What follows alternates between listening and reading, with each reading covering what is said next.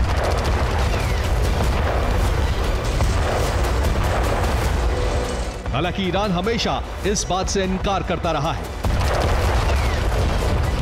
Iran लगातार अपने परमाणु मिशन को पूरा करने में लगा है, लेकिन अमेरिका और इजराइल उसके रास्ते का रोड़ा बने हैं। ऐसे में रूस के साथ सुरक्षा समझौते से ईरान में न्यूक्लियर मिशन को मजबूती मिलने के आसार हैं।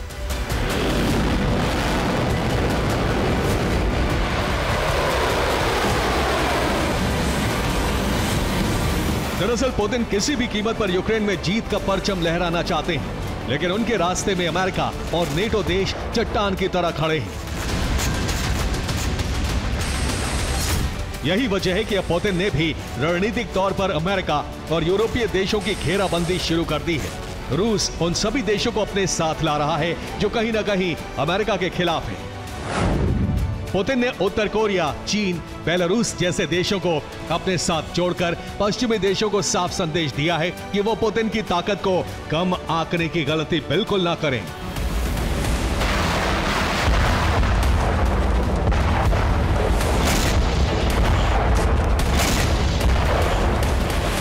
उधर ईरान भी लगातार अमेरिका और इजराइल के खिलाफ अपनी सैन्य स्थिति को मजबूत करने में लगा है और इसी को ध्यान में रखते हुए उसने समंदर में अपनी तीसरी आंख को उतारा, जिसका नाम है ज़ैग्रोस।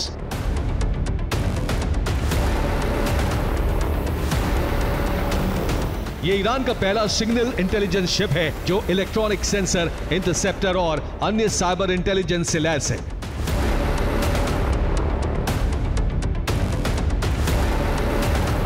यानी दुश्मन की हर हरकत पर इसकी नजर रहेगी।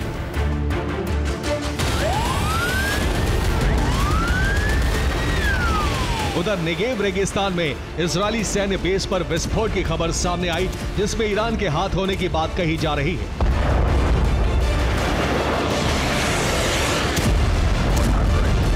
बताया गया है कि दक्षिणी लेबनान में जब्त किए गए हथियारों में अचानक विस्फोट हो गया। इस घटना में ईरान का नाम बताया जा रहा है। दावा किया जा रहा है कि ईरान ने लेबनान में सीज किए गए हथियारों को बारूद से लैस कर दिया, ठीक उसी पेजर तकनीक का इस्तेमाल किया जो इजराइल ने ईरान में किया था।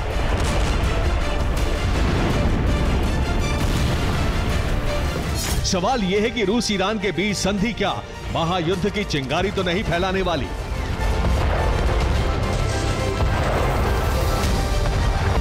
Bureau report, TV9 Bharatvarsh.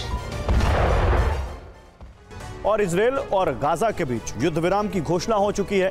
Qatar के प्रधानमंत्री से लेकर हमास के चीफ और बाइडेन ने भी बारूदी धमाकों पर विराम लगाने का ऐलान कर दिया है। लेकिन नेतन्याहू के सामने बनी स्थिति से लग नहीं रहा है कि गाजा में शांति स्थापित होगी। हालांकि इसमें हमास ने भी जो नई शर्तें लगाई हैं वो स्थिति के बिगड़ने की तरफ इशारा है। तो क्या वाकई युद्ध विराम में पेच फंस गया है? इस रिपोर्ट में देखिए। गाजा में सीज फायर, नया पेच जारी है कहर। गाजा में जारी युद्ध को लेकर सीज फायर की कवायद परवान चढ़ ही थी कि सीज फायर में नया पेच आ गया।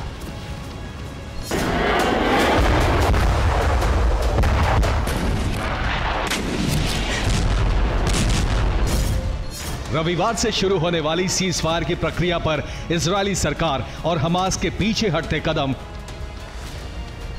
इसमें एक तरफ सीज फायर के बाद नेतन्याहू सरकार खतरे में आ गई है, तो दूसरी तरफ हमास समझौते की शर्तें अपने अनुसार तय कर रहा है।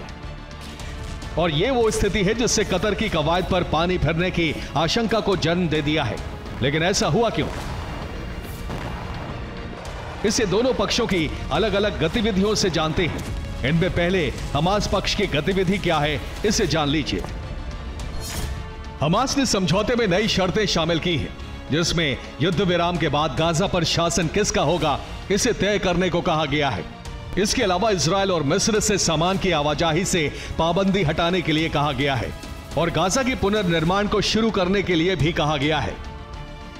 इन नई शर्तों ने नेतन्याहू को एक तरह से सत्ता संकट में जीवन दान दे दिया है, क्योंकि इजराइल में नेतन्याहू के खिलाफ माहौल जंग शुरू होने से पहले ही बन चुका था।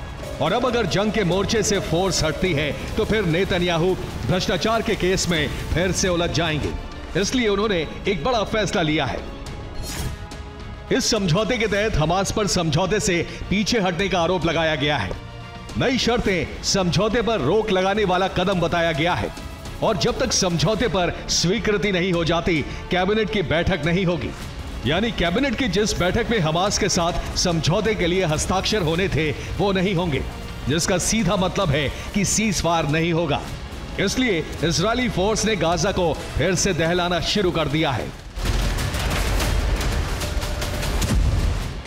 ये 3 तस्वीरें उस समय की है जब युद्ध विराम पर सहमति बन चुकी थी। गाजा के लोग जश्न मना रहे थे, लेकिन उनकी आतिशबाजी को इजरायली सेना ने बारूदी विनाश में बदल दिया। एक मस्जिद की मीनार को बम से ध्वस्त कर दिया।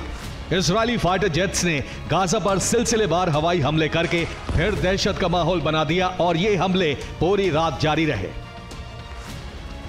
ऐसा इसलिए कहा गया है क्योंकि इजराइल हमास पर आरोप लगा रहा है कि उन्होंने सीज फायर समझौते के बावजूद अंतिम समय में रियायत हासिल करने की कोशिश की है, लेकिन इन्हीं हमलों को हमास ने बंधक डील के लिए मौका मान लिया है।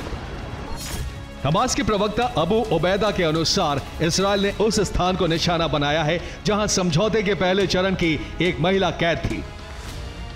इसके अलावा दावा है कि नेतन्याहू अब समझौते के नाम पर राजनीतिक खेल खेल रहे हैं और इसमें बाइडेन प्रशासन का हाथ भी बताया गया है।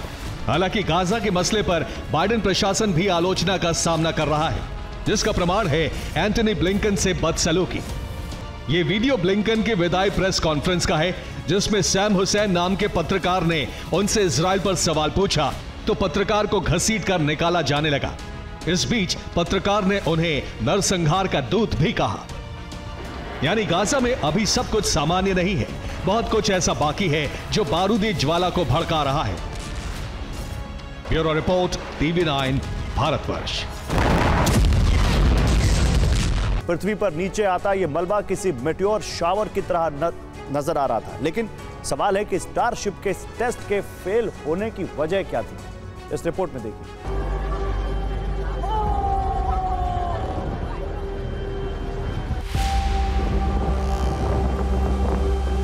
देखने में यह प्रकृति का करिश्मा लगता है, लेकिन ये एक मानवीय भूल का नतीजा है।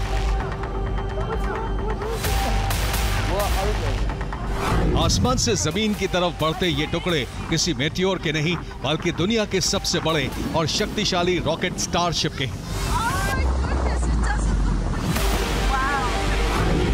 स्टारशिप रॉकेट को 16 जनवरी के दिन लॉन्च किया गया। इसे अमेरिका के टेक्सास से लॉन्च किया गया। ये रॉकेट की 7वीं टेस्टिंग थी, लेकिन लॉन्च के महज 8 मिनट बाद ये आसमान में ब्लास्ट हो गया। रॉकेट में 8 डमी उपग्रह भी मौजूद थे। ये उस वक्त का वीडियो है जब रॉकेट में धमाका हुआ। वीडियो में देखा जा सकता है रॉकेट में अचानक ब्लास्ट होता है, जिसके बाद इसके टुकड़े टुकड़े हो गए। ब्लास्ट के बाद रॉकेट का मलबा किसी मेटियोर शावर की तरह आसमान से जमीन की तरफ आता नजर आने लगा।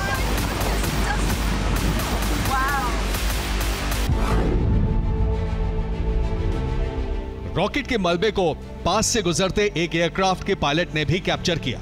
ये उसी का वीडियो है। लेकिन सवाल है कि अचानक स्टारशिप रॉकेट में ब्लास्ट कैसे हो गया।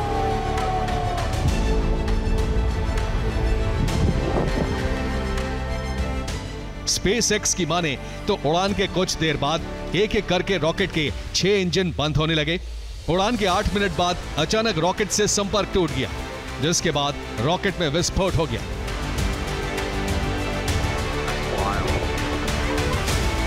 फिलहाल कंपनी इसके कारणों की जांच कर रही है।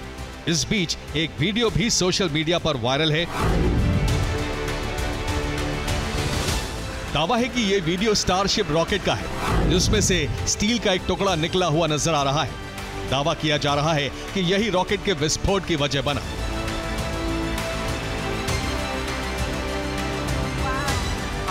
स्टारशिप के मलबे का वीडियो एलॉन मस्क ने भी सोशल मीडिया एक्स पर पोस्ट किया और लिखा, सफलता अनिश्चित है लेकिन मनोरंजन की गारंटी है।